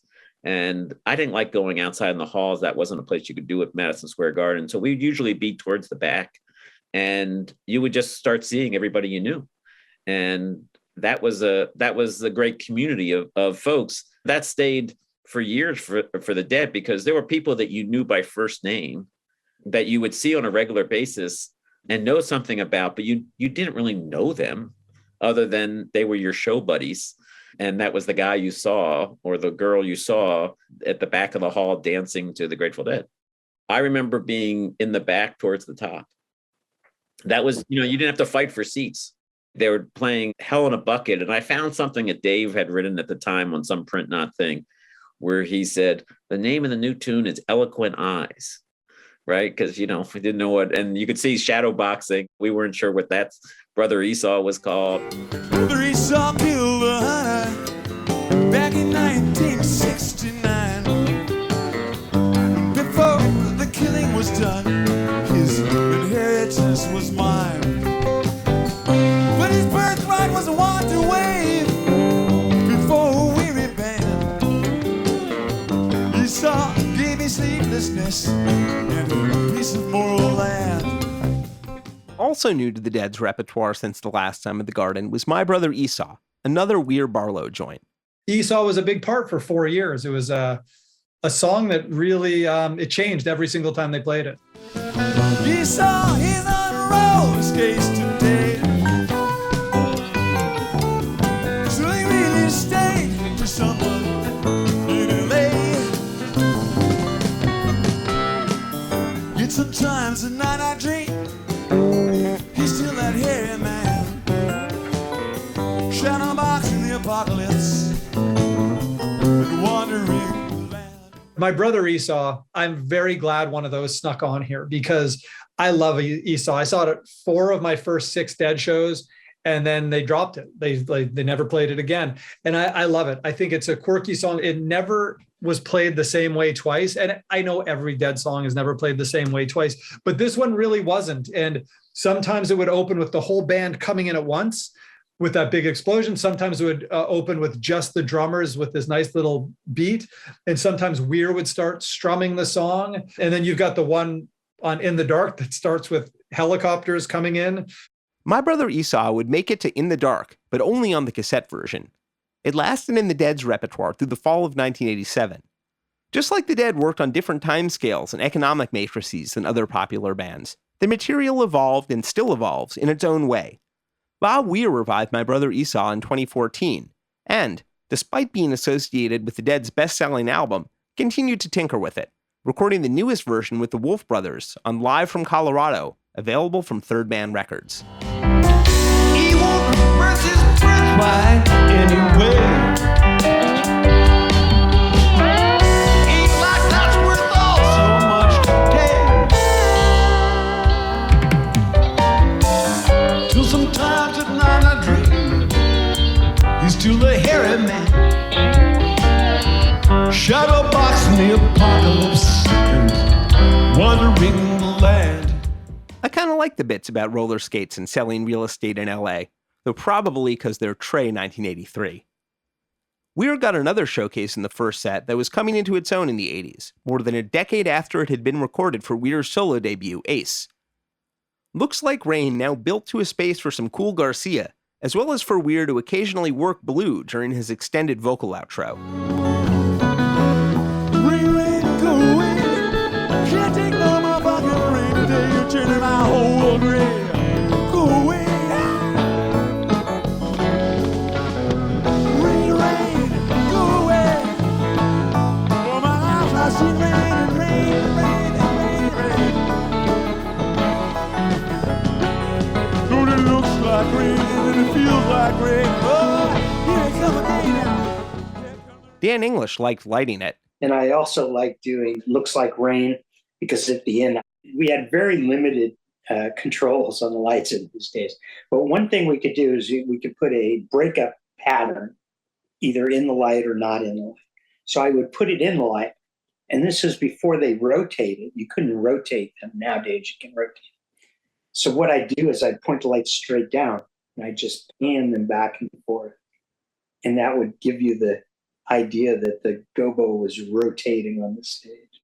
The second set opened with another Deadhead favorite that hadn't been in the band's rotation the last time they were through New York.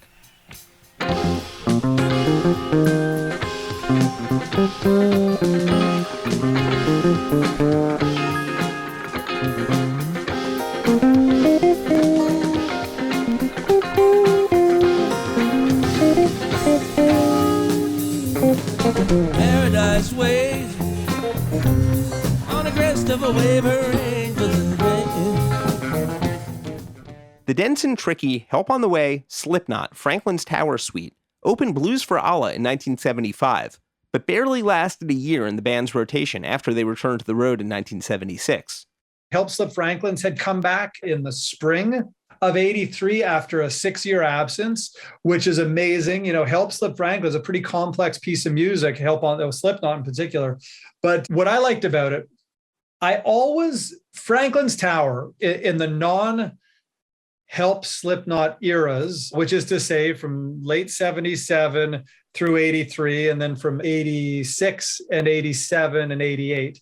In those years when they weren't playing Help on the Way and Slipknot, Franklin's Tower was this kind of free agent, and it never really had a home. It had some commonplaces, coming out a Stranger to open a show, coming out a Half Step to open a show. I think I saw Playing in the Band into Franklin's Tower once to open a second set. It wasn't very good. It was very short. And I just felt that it was always missing something. It would be kind of like the Dead all of a sudden dropping China Cat and continuing to play I Know You Rider quite often, but not really sure where it belonged. I always felt, it's almost like I felt bad for Franklin's Tower because it had lost its friends, it had lost its home. And then when it came back for those 2 years, 83, 84, into the fall of 85, I guess September 85 was the last one. And then it felt like all was right in the world again.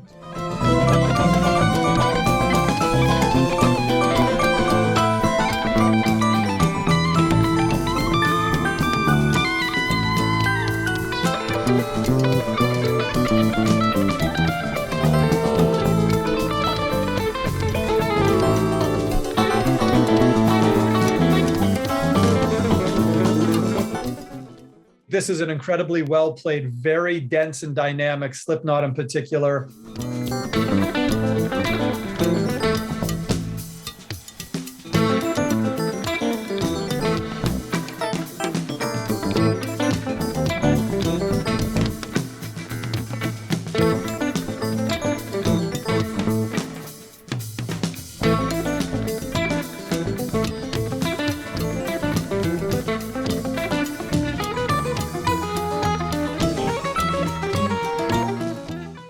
There were some major cues that you never want to miss, like, you know, the transition into Franklin's Tower, say, or something like that.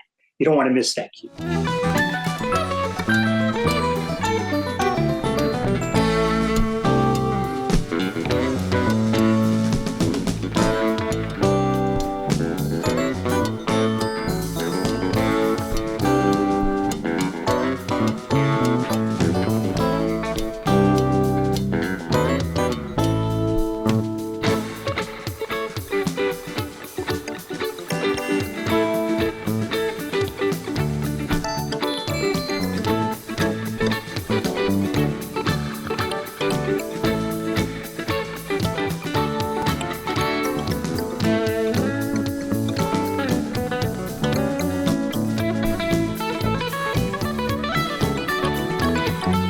When they went into Franklin's Towers, the crowd was bouncing.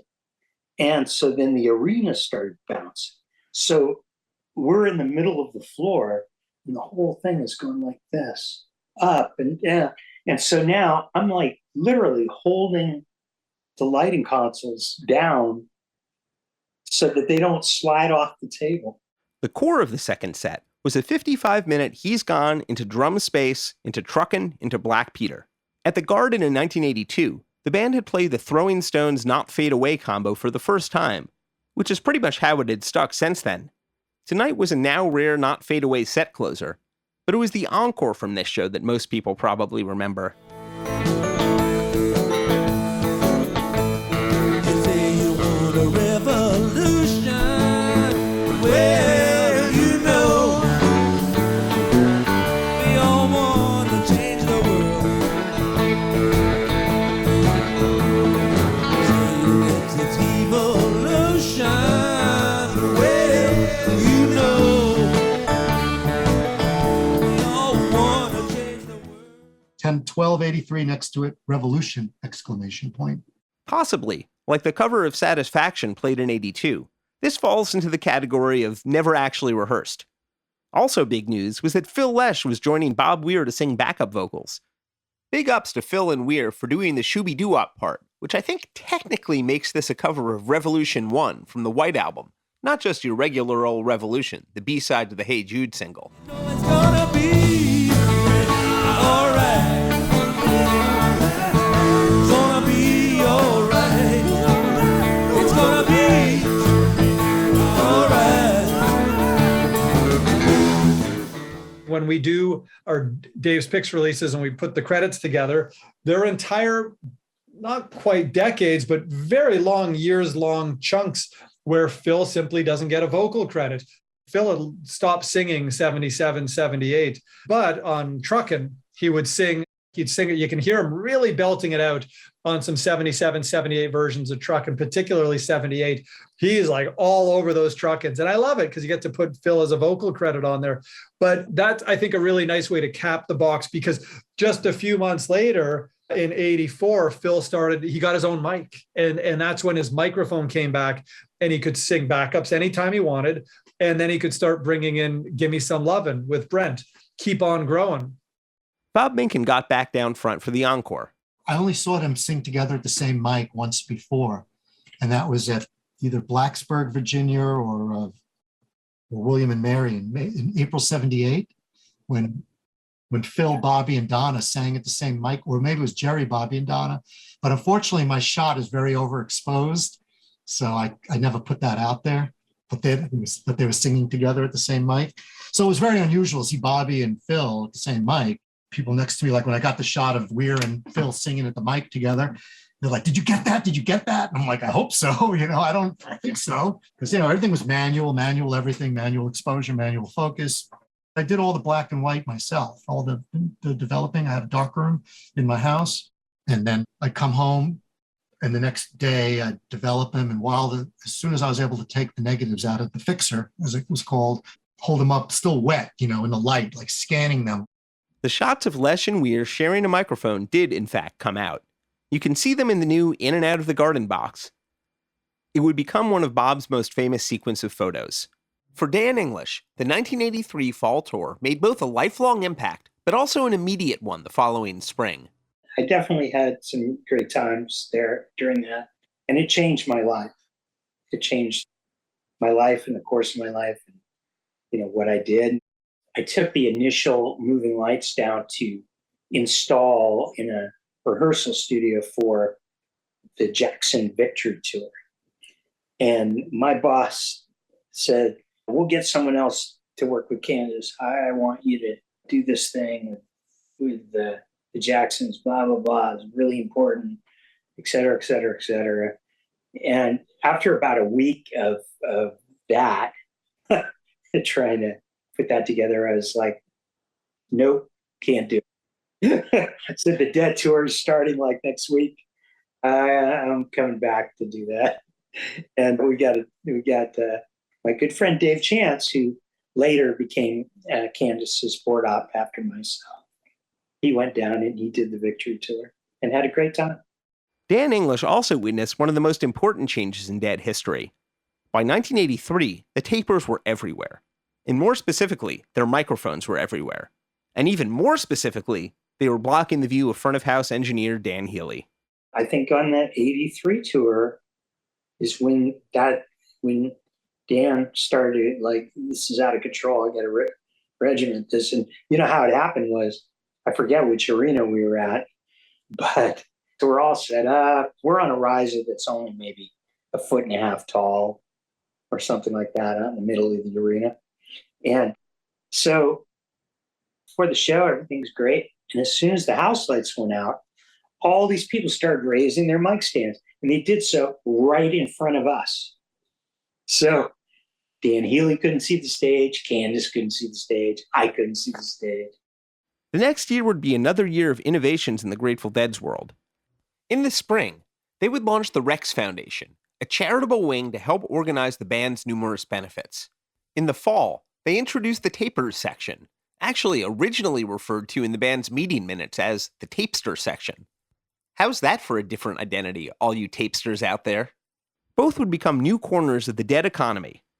On the fan side, 1984 would also see the introduction of both Blair Jackson and Regan McMahon's fanzine, The Golden Road, as well as a new tour publication, Terrapin Flyer.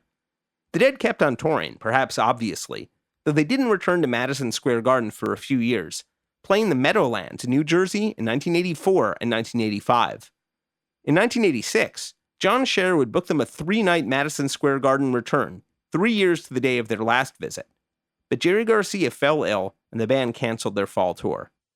When the band came back, they were big enough to play Brendan Byrne Arena and Madison Square Garden. And then a few years later, Giant Stadium in Madison Square Garden. But that's a different box set. And now's the part where out of the garden we go. John Scher. Once the Meadowlands Arena was built, there was another place to play. And remember, they played a lot and wanted to play a lot. I'll never forget, I had a conversation with Jerry once after probably the first outdoor stadium tour.